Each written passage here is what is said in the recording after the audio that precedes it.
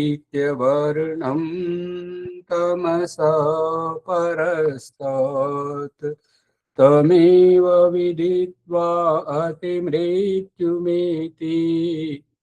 नान्यः पन्था विद्यते येनाय नान्यः पन्था विद्यते येनाय శాంతి శాంతి శాంతి. సత్యార్థ ప్రకాశము అధ్యాత్మ సత్సంగానికి వచ్చేసినటువంటి వారందరికీ నమస్తే, స్వాగతం, సుస్వాగతం. సత్యార్థ ప్రకాశం ఏకాదశి సముల్లాసం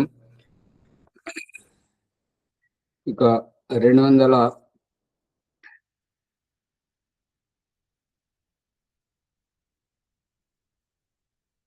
263వ పుటలో చూడండి. 263వ పుటలో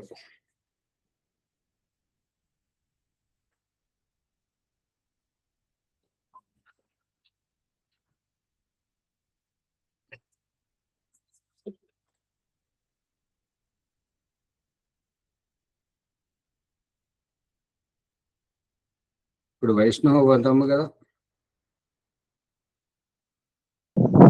అవునాచార్య గారు, అదే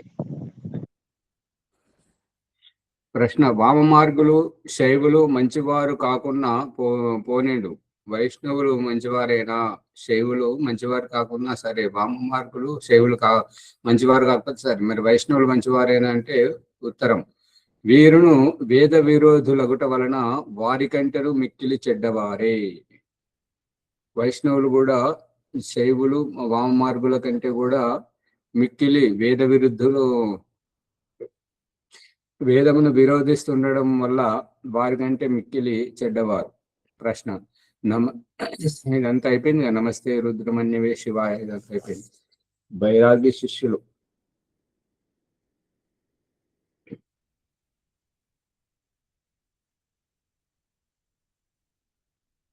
బైరాగి శిష్యులను అనే ప్రకరణం చూడండి కింద.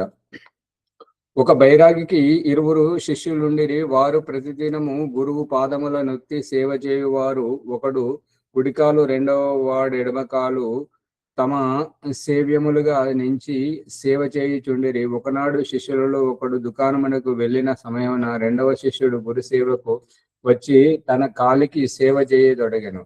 గురువు మధ్యలో ఒక పక్కకు ఒరిగెను.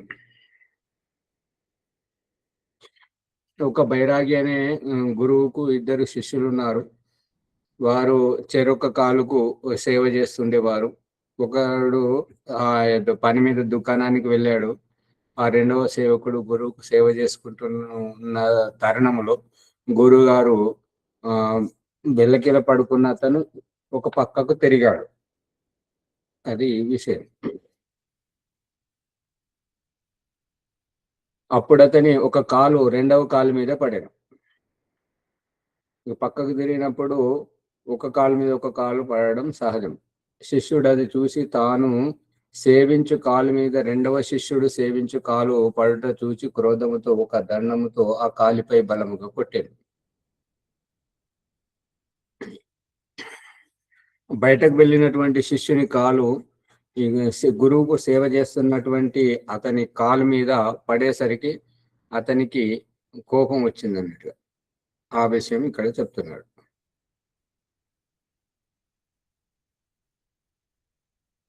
ఒక కర్ర తీసుకొని కొట్టాడు బలంగా.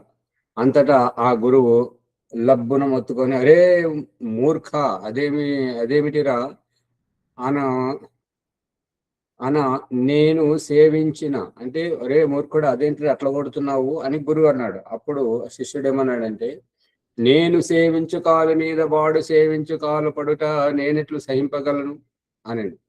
అంటే నేను సేవ చేస్తున్నటువంటి కాలు మీద వాడు సేవ చేస్తున్నటువంటి కాలు పడితే నేను ఎట్లా ఊరుకుంటాను అన్నాడు. ఇంతలో రెండవ సేవకుడు వచ్చి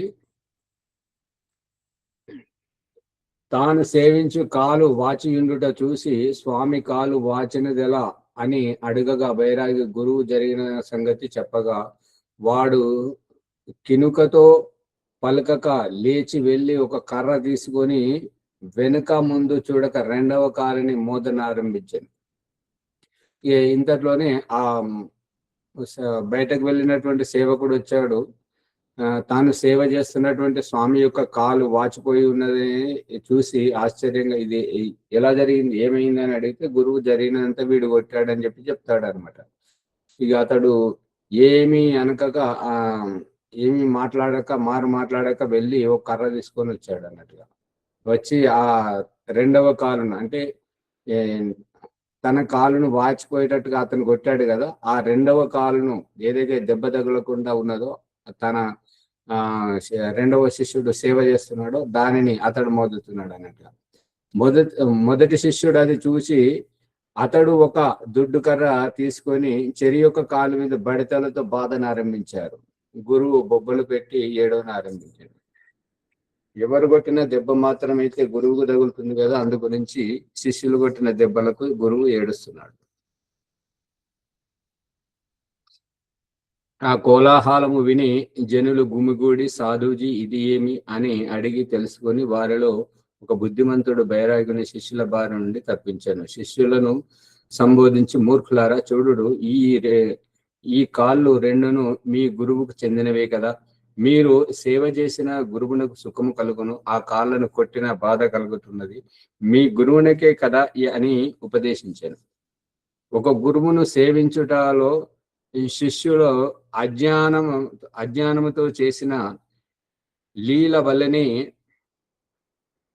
ఈ సంప్రదాయముల వారి స్థితియు ఉన్నది. సచ్చిదానంద స్వరూపుడకు పరమేశ్వరుడొకడు, అతనికి విష్ణు రుద్రాది నామములు అనేకములు ఉన్నవి.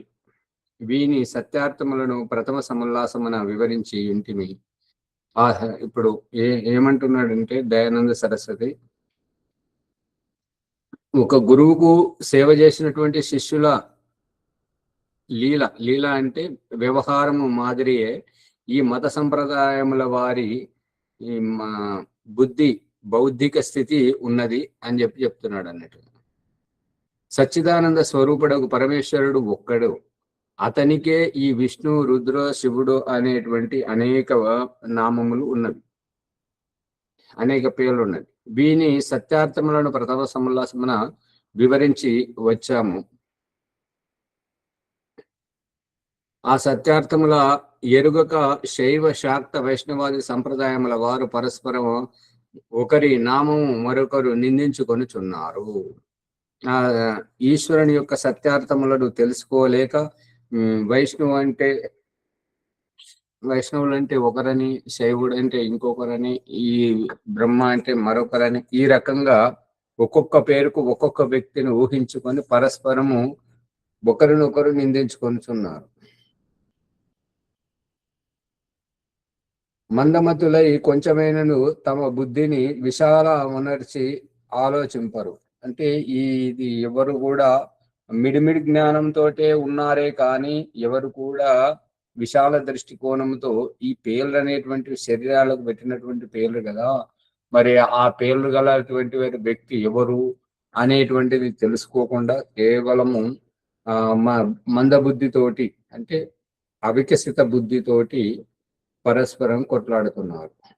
ఈ శివ విష్ణు మహాదేవాది నామములన్నీ అద్వితీయుడు, సర్వనియంతయు, సర్వాంతర్యామియు అయిన జగదీశ్వరుని గుణకర్మ స్వభావములను తెలుపునవియే అగుట వలన ఆ పరమేశ్వరునకు చెందినవే. ఈ శివ విష్ణు మహాదేవు వంటి పేర్లన్నీ అద్వితీయుడు అంటే అతనికి సాటి ఎవరు లేరు, అతడే సర్వే సర్వ అనేటువంటిది అద్వితీయుడు. సర్వనియంత అన్నింటినీ నియంత్రించువాడు, నియమంలో పెట్టువాడు. సర్వ అంతర్యామి అన్నింటిలో ఇమిడి ఉండివాడు అయినటువంటి జగదీశ్వరుని గుణకర్మ స్వభావాలను తెలుపునవియే అగుట వలన ఆ పరమేశ్వరుడుకు చెందినవే ఈ శివ విష్ణు మహాదేవ్ వంటి పేర్లు. అతని వాచకములే అని ఇసుమంతైన ఆలోచింపరు. ఇట్టి జనుల పైన పరమేశ్వరునకు కోపం రాక ఏమగు? చక్రాంకితులు. ఇక చూడు, చక్రాంకితులకు వైష్ణవుల అద్భుత లీలలు. తాపః పుండ్రం తథా నామా మాలా మంత్రస్త తథైవ చ అమీహి అమీహి పంచ సంస్కార పరమైకాంత హేతవః రామానుజ రామానుజ పట పద్ధతి రామానుజ పఠ పద్ధతి పుటలో ఈ రకంగా రాసి ఉన్నది. అతప్తత నూర్ణ తదమో అశ్నుతే ఇది శృతే ఋగ్వేదం. అనగా తాపః శంఖము చక్రము గద పద్మము అను వీని చిన్నములను అగ్నిలో కాల్చి భుజముల మూలమున వాతలు పెట్టినట్లు కాల్చి తదుపరి వానిని పాలగిన్నెలో ముంచుదురు, చల్లార్తురు. కొందర పాలను త్రాగుటయే కలదు. ఇప్పుడు చిన్నపిల్లలకు పాలు అరగకపోతే బొడ్డు కింద పైన కాలుస్తారు, కొంతమంది బొడ్డు చుట్టూ కాలుస్తారు. ఆ కాల్చడానికి వేడి చేసినటువంటి చువ్వను నీళ్ళలో పెడితే ఆ నీళ్లు కొంతమంది ఆచమనం చేస్తారు. విన్నారా? విన్నాం కానీ అలా ఆచమనం చేయడం వల్ల వారికి ఏమి ఉపయోగం ఆచార్య గారు? అది వాళ్ళని అడగాలి. ఆచార్య నమస్తే. ఆచమనం చేసుడు లేదు కానీ పెట్టుడు మాత్రం పెట్టిండ్రు ఆచార్య, మా పిల్లలకు కూడా పెట్టిండ్రు అట్లా, కానీ ఆచమనం చేయలేదు అట్లా.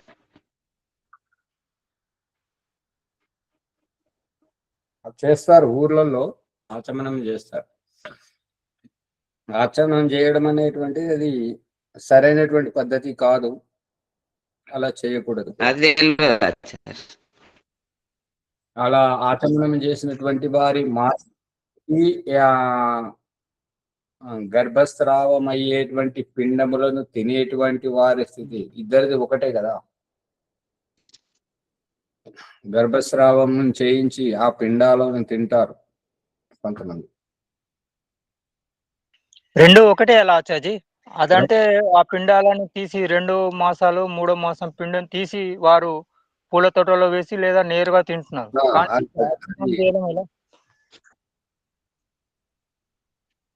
సరైనది కాదు అని అభిప్రాయం. ఇలా చేసేవాళ్ళు కూడా ఉన్నారు తెలియదు ఆచార్య ఈ విషయం. అమ్మగారు నిప్పుంటేనే కదా పొగ బయటకు వచ్చేది.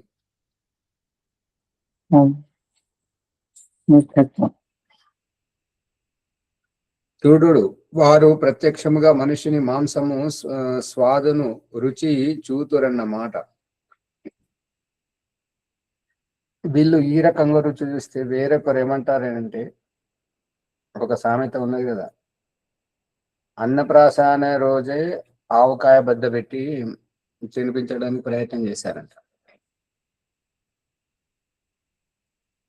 మళ్ళీ ఇంకొకరు ఏమంటారంటే, ఎప్పుడైతే అన్నప్రాసన చేస్తుంటారో వారి కుల రీతిని బట్టి మాంసం చుక్క, అది మరి సారాయి చుక్క, మాంసము ముక్క, అది రుచి చూపిస్తారంట. అందుకే వాళ్ళ గర్వంగా చెప్పుకుంటారు ఏంటంటే, మాకు చుక్క లేనిదే ముక్క లేనిది అసలు బుక్క కూడా దిగదు అని వస్తుంటది. అదంతా తామసిక ప్రవృత్తి, అజ్ఞానం, మహామూర్ఖుల యొక్కది ఇది. అందుకనే మనిషిని మాంసము స్వాదు అంటే రుచిని చూతురన్నమాట.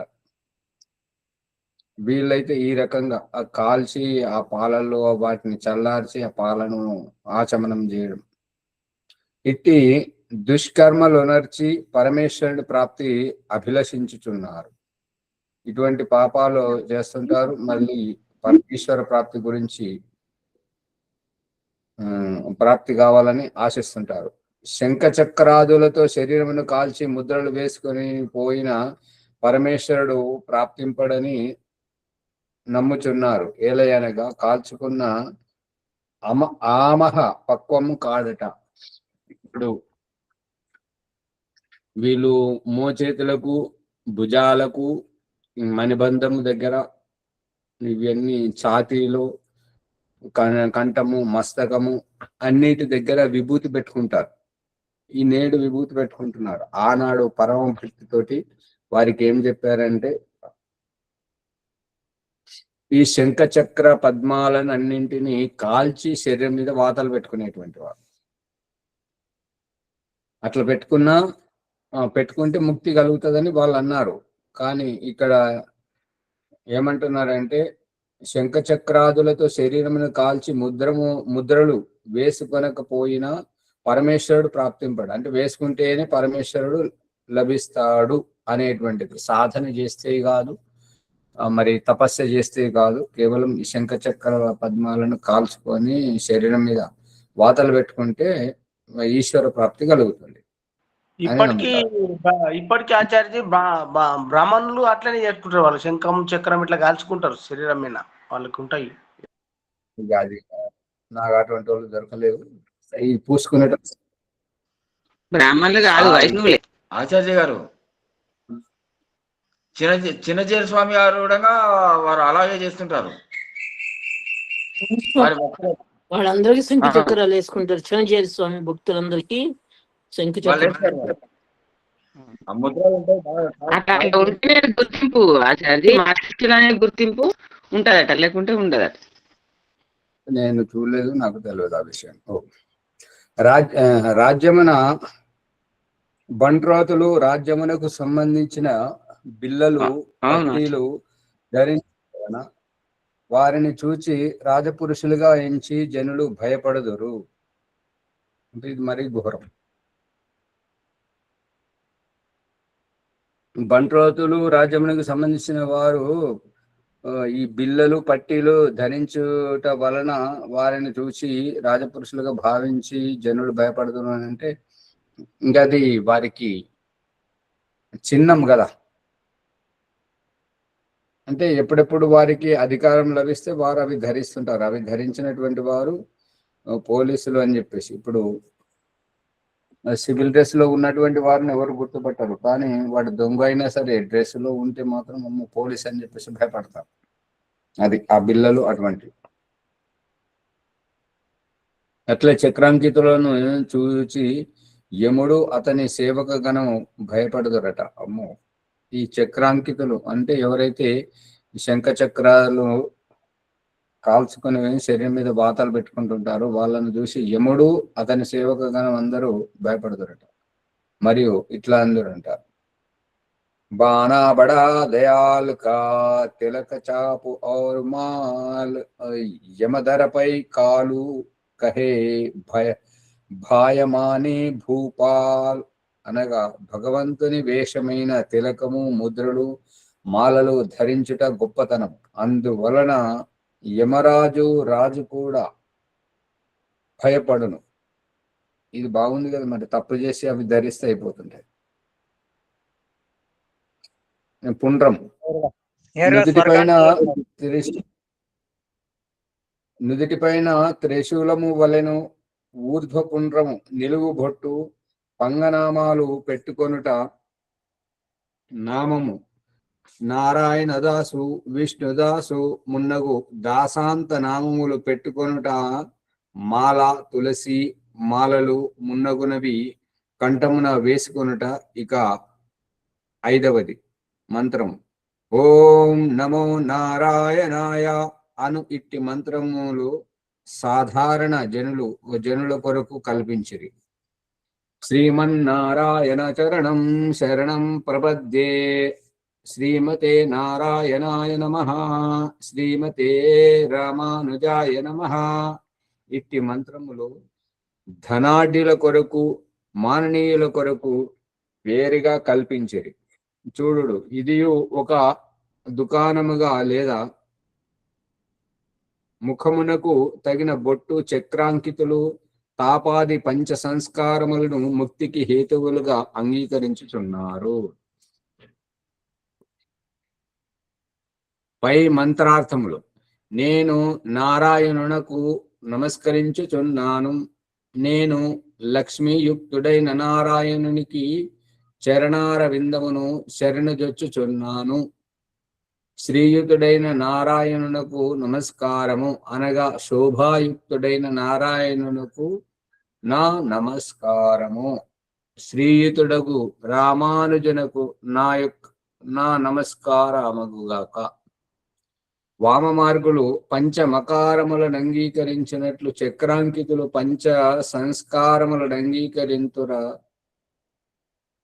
ఇక వీరు శంఖ చక్రాదులతో మనుషులకు ముద్రలు వేయుటకుగా ఉపయోగించు మంత్రము, దాని అర్థం చూడుడు.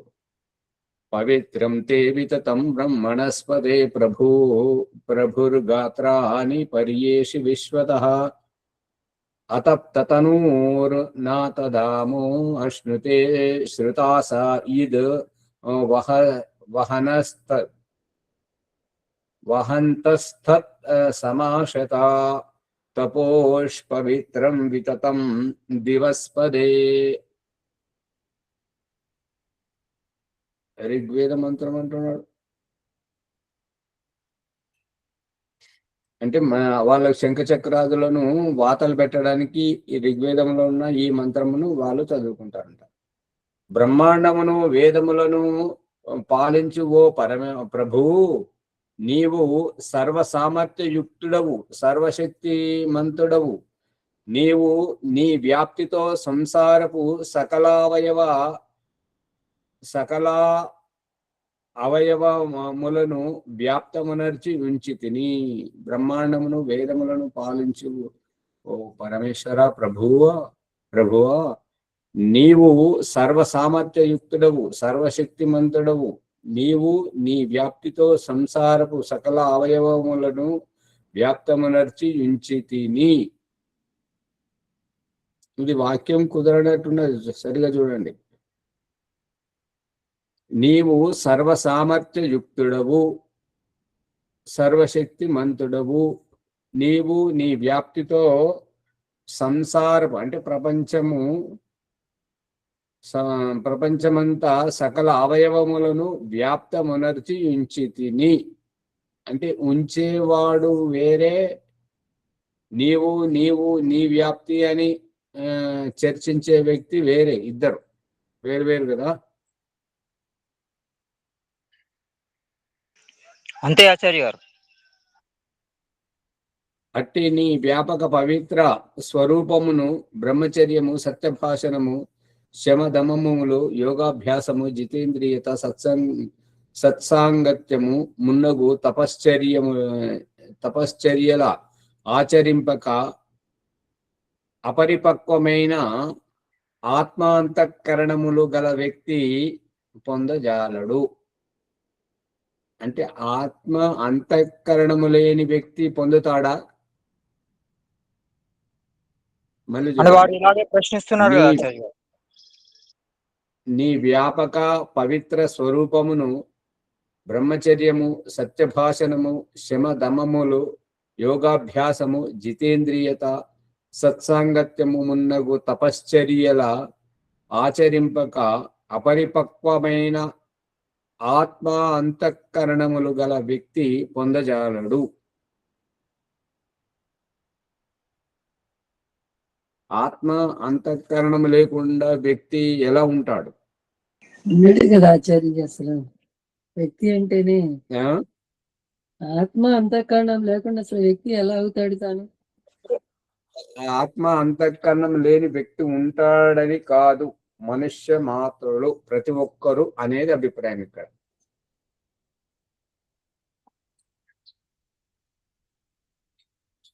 పూర్వోక్త తపములతో శుద్ధులైన వారే ఈ తపము ఆచరించుచు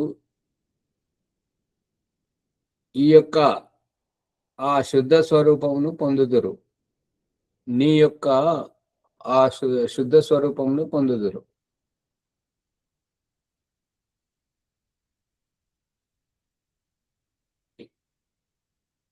ఇప్పుడు స్వరూపం అంటే ఆకృతి, ఆకృతి అంటే దృష్టిగోచరం. సగుణ, నిర్గుణ, నిరాకార, సర్వవ్యాపక ఈ భావం ఉంటే బాగుంటది.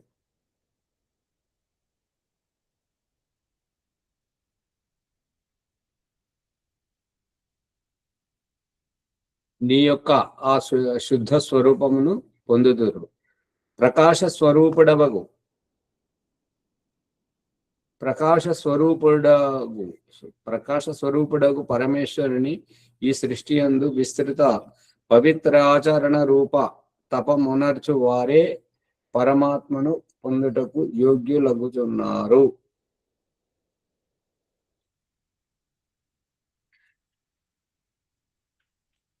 ప్రకాశ రూపుడగు ప్రకాశ స్వరూపం అంటే తప్పర్థం వస్తుంది కదా. ప్రకాశాన్ని నీడ అవరోధిస్తున్నది, ప్రకాశమును చీకటి తరుముకొస్తున్నది. అందుకని చీకటి ముందు ప్రకాశము నిలవలేకపోతున్నది. మరి ప్రకాశ స్వరూపుడైనటువంటి పరమాత్మ, ప్రకాశమే వెలుతురే పరమాత్మ అని నమ్మితే మరి వెలుతురును నిరోధించేటువంటిది, వెలుతురును అధిగమించేటువంటిది చీకటి ఉన్నది కదా. మరి సర్వాంతర్యామి ఎట్లా అవుతాడు, సర్వవ్యాపకుడు ఎట్లా అవుతాడు? ఇక్కడ ప్రకాశం అంటే జ్ఞానంతో కూడిన వెలుగు. మరి అది లేదు కదా. ఇప్పుడు ఈ అతి తెలివి ఎక్కడ ప్రదర్శిస్తారంటే నినాదాలలో వేదికి జ్యోతి అంటారు. జల్తీ రహే, వేదికి జ్యోతి అనే వాళ్ళంతా మూర్ఖులు కదా. మూర్ఖత్వాన్ని వాళ్ళు కొనసాగాలని అంటున్నారు కానీ వేద జ్ఞానం ప్రచారం కావాలి, వేద జ్ఞానం అందరికీ అందాలి, వైదిక ధర్మమే విజయం పొందాలి అని అనాలి. గాని వేదికి జ్యోతి అని అంటే వేదములను ఎవడో కాలబెడుతుంటే అది చూడలేని వారు ఆర్పబోతుంటే ఆ మిగతా మూర్ఖులు ఏమంటారంటే వేదికి జ్యోతి జల్తీ రహే ఉస్కో రోకోనే బుజావోనే.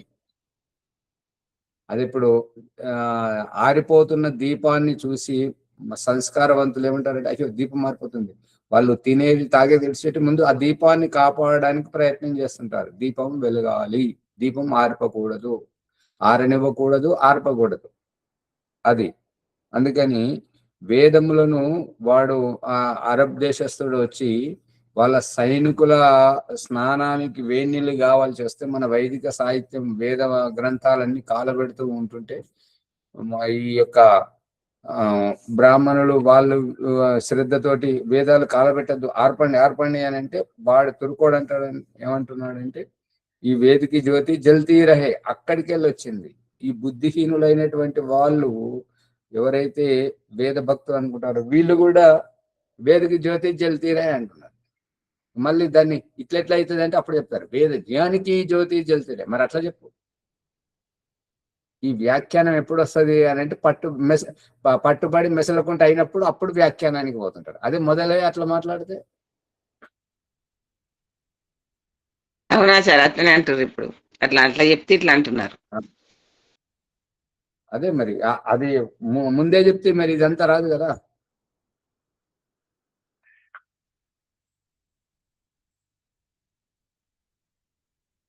ముందు తెలియదు కదా వేదాన్ని. ఇప్పుడు ఓం ప్రకాష్ పోయిన సంవత్సరం శ్రావణ మాసంలో ఎక్కడెక్కడైతే వెళ్ళారో అక్కడక్కడ వాళ్ళు వేదికి జ్యోతి జల్తీ రహే అంటే వాళ్ళ దగ్గరికి వెళ్ళి వేదాలను తీసుకురమ్మని దానికి నిప్పు పెట్టించి దాన్ని ఒకరిని ఆర్పబోతుంటే ఇంకొకరు నువ్వు వద్దని చెప్పు ఆర్పుతున్నాడు అని అంటే అది వేదం ఇట్లా కాలబెడతాం పండిట్జీ కాలబెట్టద్దు కదా, పాపం కదా. మరి నువ్వేమంటున్నావు, నువ్వు మాట్లాడే భాష ఏంటిది అంటే అప్పుడు ఆలోచనలు పడుతున్నాడు. మరి ఇట్లా అందరు చెప్తున్నారు కదా. అంటే ఎవరైతే ఆలోచన చెయ్యకుండా తొందరపడుతున్నారో వాళ్ళందరూ చెప్తుంటారు అది గొర్రెలాగా ముందు గొర్రె పోతుంటే వెనక గొర్రెలన్నీ దాని వెంట పడిపోతుంటాయట. అది ముందుది ఎందుకు పోతుందో దానికి తెలుసు, కానీ వెనకది ఎందుకు పోతుందో దీనికి మాత్రం తెలుసు. ముందుది పోతుంది కాబట్టి వెనకది పోతుంది. అటువంటి వాళ్ళు మాత్రమే ఇటువంటివి చెప్తారు. ఓ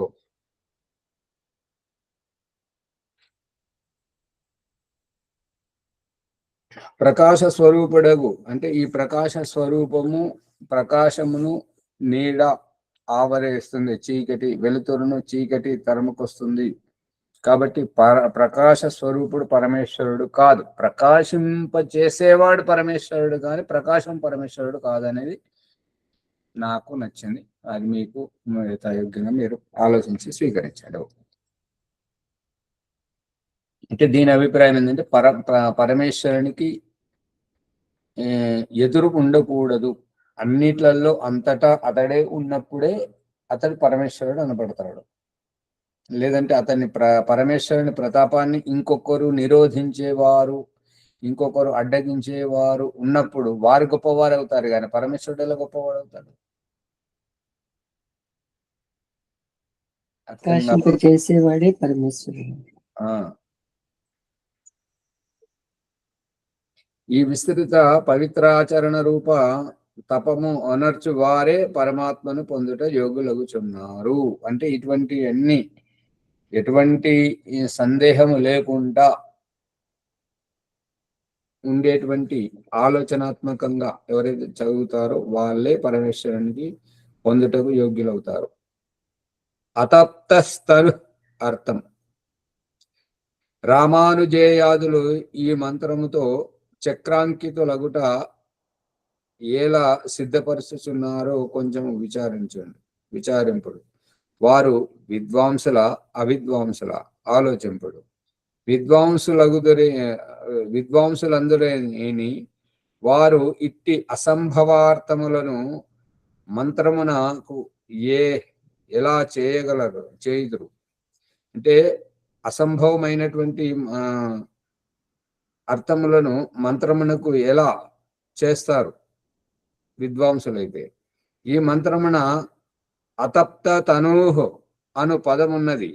అతప్త అంటే నా తప్త, అతప్త అంటే వేడి కానటువంటి, భుజైక దేశ అతప్త భుజైక దేశ అని లేదు. ఇందలి తను శబ్దము నకశిక పర్యంతము గల సమస్త శరీరమును బోధించును.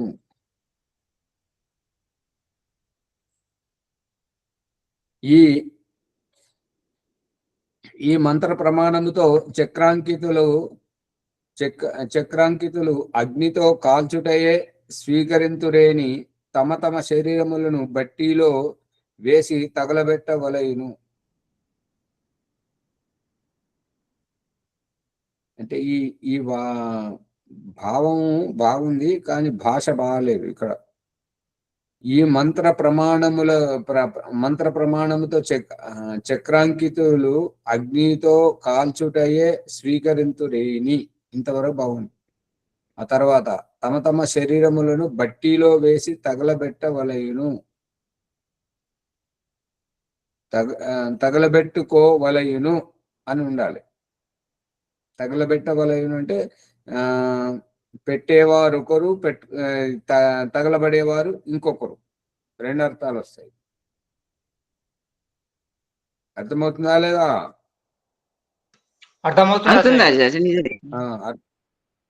అట్లు చేసినను మంత్రార్థమునకు విరుద్ధమగును.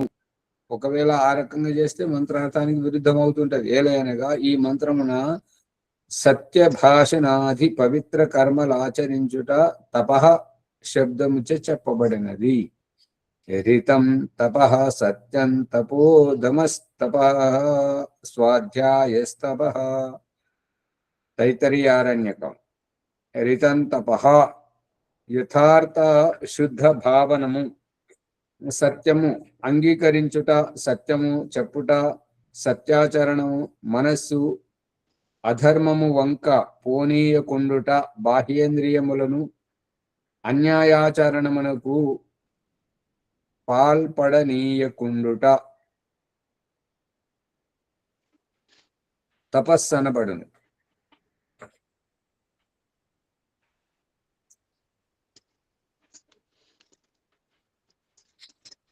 బాహ్యేంద్రియములకు ఇది పట్టుకోండి, లోతైన విషయం వస్తున్నది.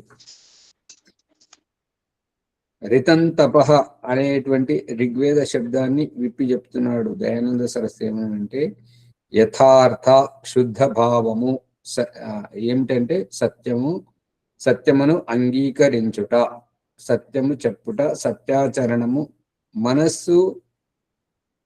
మనస్సును అధర్మము వంక పోనీయకుండుట అంటే సావధానంగా ఉండాలి. బాహ్యేంద్రియములను అన్యాయాచరణమునకు పాల్పడనీయకుండుట. ఈ వాక్యం సరైంది కాదు.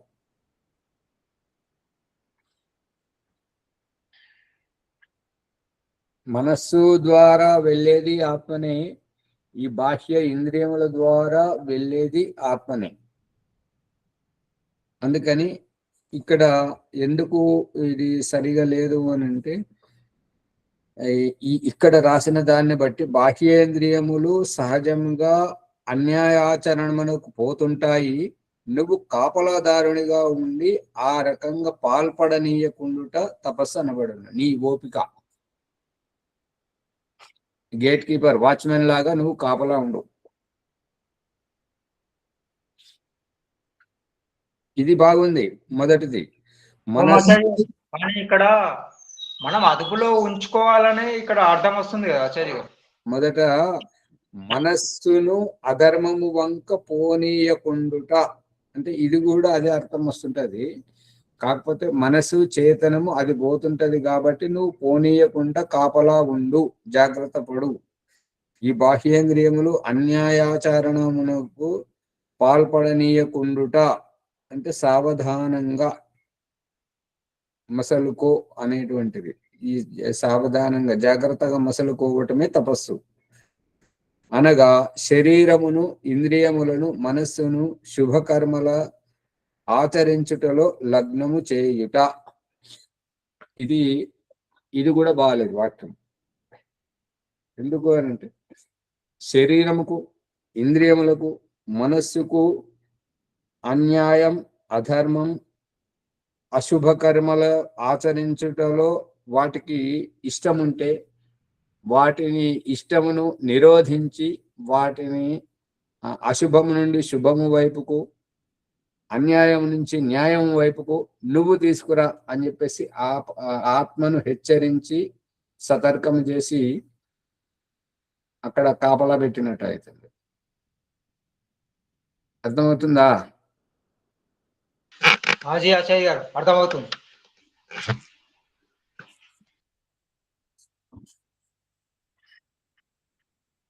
వేదాది సత్య విద్యలను చదివించుట, వేదములను అనుసరించి ఆచరించుట మున్నగు ఉత్తమ ధర్మయుక్తములకు కర్మలకు తపమని పేరు. ఉత్తమ ధర్మయుక్తములైనటువంటి కర్మలను చేయుటయే తపస్సు అని పేరు. ధాతువు ఒకదానిని కాల్చి అంటే ఏదైనా ఇనుము గాని బంగారం గాని ఏదైనా ఒక ధాతువును కాల్చి దానితో చర్మమును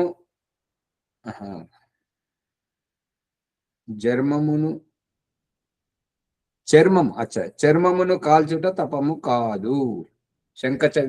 శంఖము చక్రము వాటిని కాల్చి శరీరానికి వాతాలు పెట్టుకోవడం అది తపస్సు కాదు అని అభిప్రాయం. సమయం అవుతుంది కాబట్టి చూడండి.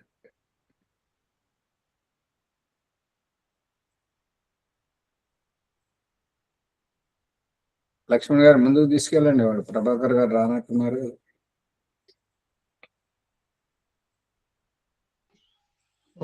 సర్వేభ్యో నమో నమః.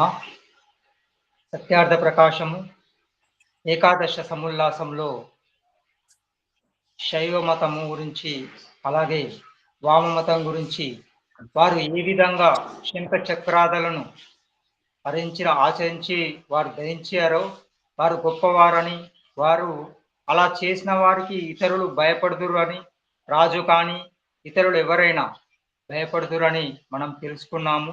కానీ ఇది కూడా వామం మతం ఏదైతే ఉందో ఇది కూడా వేద విరుద్ధమని ఈనాటి ఎపిసోడ్లో తెలుసుకున్నాము. ఎందుకంటే వేదానికి విరుద్ధంగా ఉన్నది అని ఋషి దయానందుడు నవీన సిద్ధాంతికి ప్రశ్నించి తర్వాత జవాబు ద్వారా తనను ప్రశ్న చేసి జవాబును చెప్పి ఇది వేద విరుద్ధంగా ఉంది కాబట్టి ఇది అంతా కూడా తప్పే అని నిరూపణ చేసి కేవలము శాశ్వతమైనటువంటి ఆనంద స్వరూపుడైనటువంటి పరమాత్మను తెలుసుకోవాలి. అలాగే ప్రకాశము వేరు, ప్రకాశకీయ తత్వము వేరు అనేది కూడా ఈ ఎపిసోడ్ ద్వారా మనం తెలుసుకున్నాము.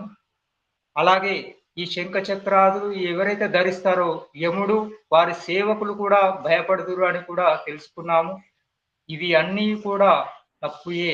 వామ మార్గము, వైష్ణవ మార్గము, శైవ మతం ఇవన్నీ మతాలు కూడా తప్పియే, అన్నీ వేద విరుద్ధంగా ఉన్నాయని తెలుసుకున్నాము. ఇవన్నీ ఇంకా తెలుసుటకై ఈ ఎపిసోడ్ను లైక్ చేద్దాం, షేర్ చేద్దాం, సబ్స్క్రైబ్ చేసి గంట సింబల్ నొక్కి అందరికీ జ్ఞానాన్ని పంచుదాం. ఇందులో ఇంకా ఎవరికైనా సందేహం ఉన్నట్లయితే లింక్ ద్వారా నేరుగా కక్షలోకి వచ్చి మీ యొక్క సందేహ నివృత్తిని చేసుకొని జ్ఞానాన్ని పొందగలరు. లేదా కామెంట్ బాక్స్లో మీ యొక్క ప్రశ్నను కామెంట్ ద్వారా పంపించి మీ యొక్క ప్రశ్నకు సమాధానం తెలుసుకొని జ్ఞానాన్ని పొందగలరని ప్రార్థన. ఇటువంటి ఎన్నో విషయాలు దృష్టాంతాల ద్వారా సరళమైనటువంటి విషయాలు మనకు ఆచార్య గారు సరళంగా అందించినందుకు వారికి ధన్యవాదాలు. తర్వాత ఈనాటి సంధ్యోపాసన శ్యామలయ్య గారు సంధ్యోపాసన చేయవలసిందిగా కోరుచున్నాను. నేను చేస్తాను. గారు ఉంది ఈరోజు. సంధ్యోపాసన చేయిస్తారు. ఓం నమస్తే ఆచార్య సర్వేభ్యో నమః. అథ వైదిక సంధ్యా బ్రహ్మయజ్ఞము. ఓం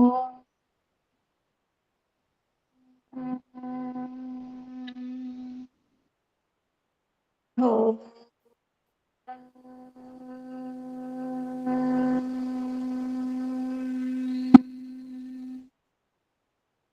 ఓం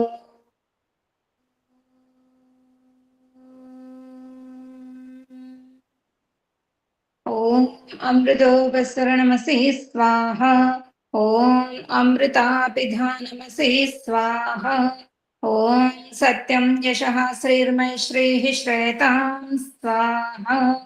ఓం షణ్ణో దేవీరభిష్టయా ఆపో భవంతు పీతై శయ్యోరభిస్రవంతు నః. ఇంద్రియ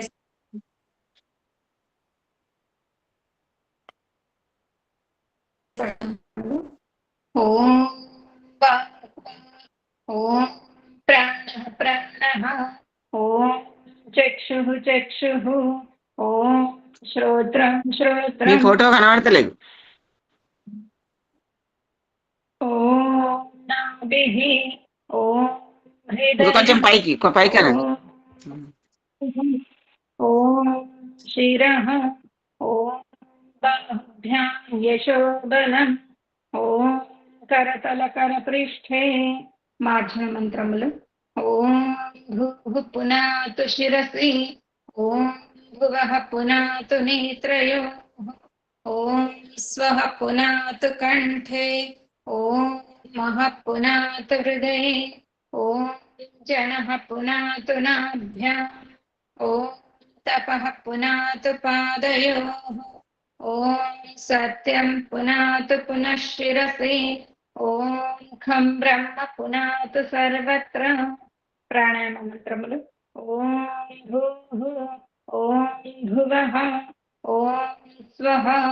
ఓం మహః. ఓం జనః.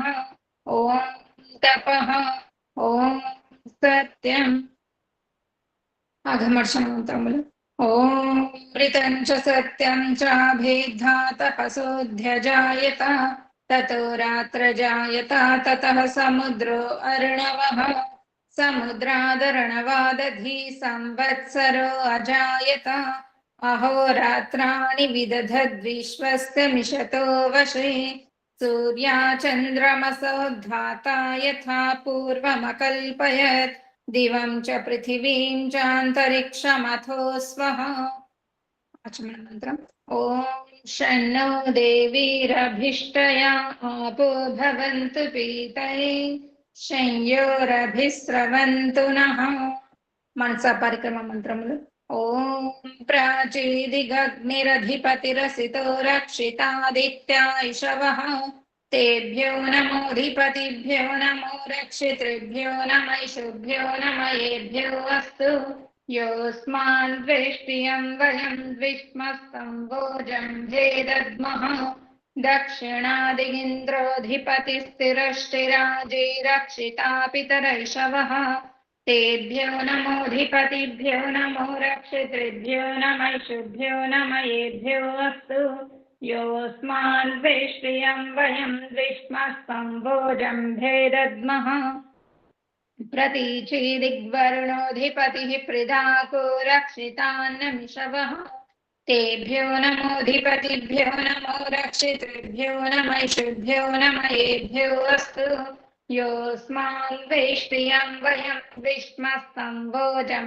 भेदद्मः उदीचीदिक्सोमोऽधिपतिः स्वजो रक्षिता शनिरिषवः तेभ्यो नमोऽधिपतिभ्यो नमो रक्षितृभ्यो नमैषुभ्यो नमयेभ्यो अस्तु योऽस्मान् वेष्टियं वयं विष्मस्तं भोजं भेदद्मः ध्रुवादिग्विष्णुरधिपतिः कल्माषग्रीवो रक्षिता वीरुधैषवः तेभ्यो नमोऽधिपतिभ्यो नमो रक्षितृभ्यो नमैषुभ्यो नमयेभ्यो अस्तु योऽस्मान् वेष्टियं वयं विष्मस्तं भोजं भेदद्मः ऊर्ध्वादिबृहस्पतिरधिपतिः स्वित्रो रक्षिता वर्षमिषवः तेभ्यो नमोऽधिपतिभ्यो नमो रक्षितृभ्यो नमैषुभ्यो नमयेभ्यो अस्तु योऽस्मान् वेष्टियं वयं द्विष्मस्तं भोजं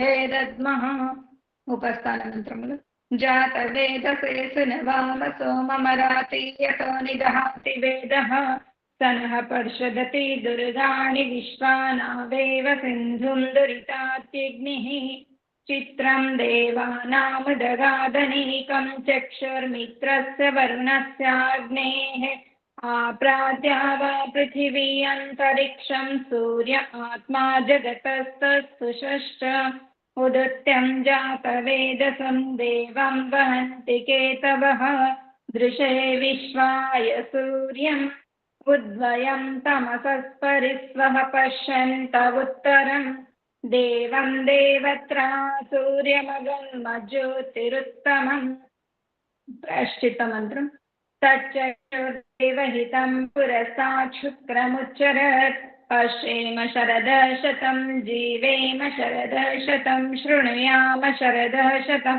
प्रब्रवाम शरदः शतम् अदीनाश्चाम शरदः शतं भूयश्च शरदः शतात् आचमनमन्त्रम् ॐ शन्नो देवीरभिष्टया आपो भवन्तु पीतये शंयोरभिस्रवन्तु नः गायत्री मन्त्रम् ॐ भूर्भुवः स्वः तत्सवितुर्वरेण्यं भर्गो देवस्य धीमहि धियो यो नः प्रचोदयात् समर्पणभावम् ఓ పరమేశ్వర దయానిదే మీ కృప వల్ల జపోపాసనాది శుభకర్మములను చేసిన మేము ధర్మ అర్థ కామ మోక్షముల సిద్ధిని సత్వరముగా ప్రాప్తించుకునేటట్లు అనుగ్రహింపుము స్వామి. నమస్కార మంత్రం ఓం నమః శంభవాయ చ మయోద్భవాయ చ నమః శంకరాయ చ మయస్కరాయ చ నమః శివాయ చ శివతరాయ చ. ఆచమన మంత్రం ఓం शन्नो देवीरभिष्टया आपो भवन्तु पीतये शंयोरभिस्रवन्तु नः. इति वैदिक संध्या ब्रह्मयज्ञम् अथ शान्तिपाठः. ॐ देव शान्ति अन्तरिक्षं शान्ति पृथिवी शान्ति आपः शान्ति ओषधयः शान्तिः वनस्पतयः शान्ति विश्वे देवाः शान्ति ब्रह्म शान्ति सर्वं शान्तिः शान्तिरेव शान्ति सामा शान्तिरेधि ఓం శాంతి శాంతి శాంతి. ఓం నమస్తే ఆచార్య, సర్వేభ్యో నమః. ఓం నమస్తే ఆచార్య, సర్వేభ్యో నమో నమః. నమస్తే ఆచార్య, సర్వేభ్యో నమః. చదివి ఓం నమ